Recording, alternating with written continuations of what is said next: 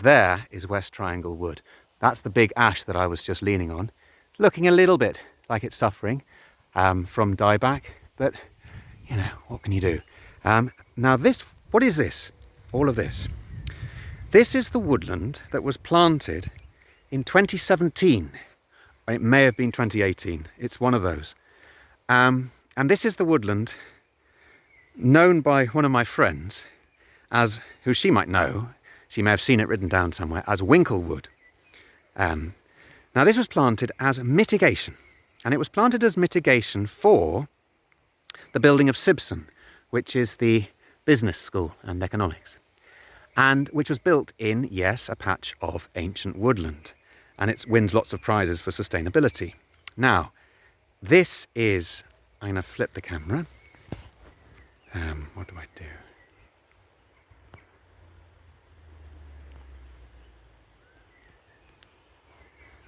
I'll edit that one out if I can remember.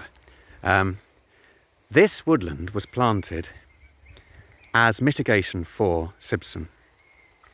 And therefore, and they've done a very good job here. I remember them planting it. They came and cleared the whole field, and they've planted hazel, they've planted willow, they've planted oak, you can see that from here.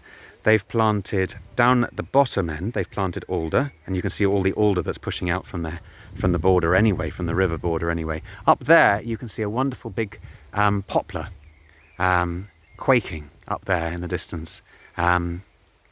Beautiful, beautiful tree. And so this is all a recent woodland. There's rowan in there as well. And the success rate has been tremendous. And if we walk around it, you can see how beautiful it is and how established it is already. Now, of course, this will never have that level of connectivity that the ancient woodland has, any more than a 6-year-old has the level of, capacity to read a bank balance than a 40-year-old. Sorry, that was silly. This won't, it doesn't have the complexity. It certainly doesn't have the subterranean complexity in the substrate that the ancient woodland would have. But it's happening. And already all these different trees, and there's a great variety of trees, and they're doing brilliantly. They're doing amazingly. They're doing really, really well. Here's some rowan. It was in flower. It was in berry earlier. Or was it in flower earlier? Those are berries, yeah.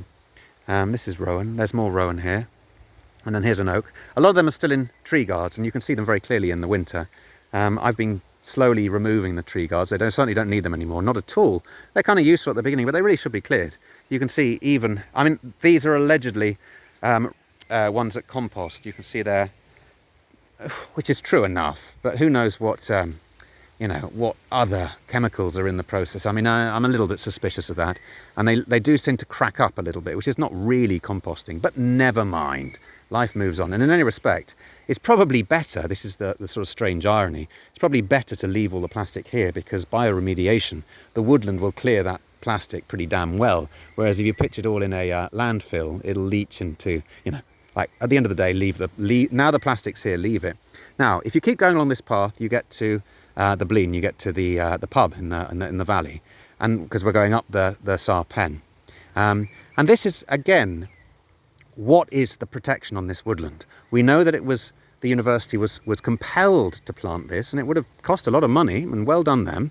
But let's just talk about something else that was in that original mitigation strategy. It wasn't only planting this woodland, it was also improving, and I forget the exact wording, but it was including improving, and I think the word was hedgerow, which is a bit of an interesting term because there aren't hedgerows down there, but improving hedges or hedgerows along the valley.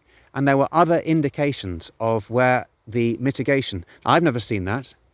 It hasn't happened as far as I'm concerned. There hasn't been any enhancement of any of the woodland down there. It doesn't need enhancement, it just needs to be let alone. That's what it needs. It needs to be left well alone. That's the enhancement it needs. But nevertheless, the point I'm raising is that this is also in one of those legal documents that is within the university archives of what was required of them as mitigation for the building of Sibson, and what level of, what did they achieve? Did they fulfill all their obligations?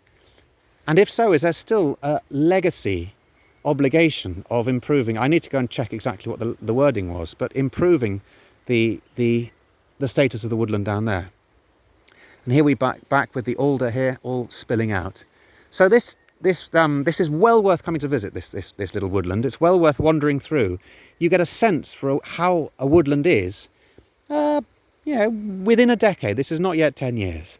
In fact, it's not even. I think we're about sort of 7-8 years. It's doing really well. It's doing remarkably well. And I hear birdsong here.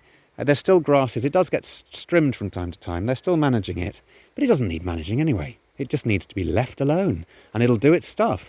And not every one of these trees will continue in the same rate, and some will get smaller, some will get bigger, some will become big standard. Some, already we can see a willow that's sticking up above the others. We can see what looks like a cherry over there. I can't tell from here. It looks like a cherry, a wild cherry that's sticking up, and we can see some of the other fellows that are really, I can see some old bits that never took.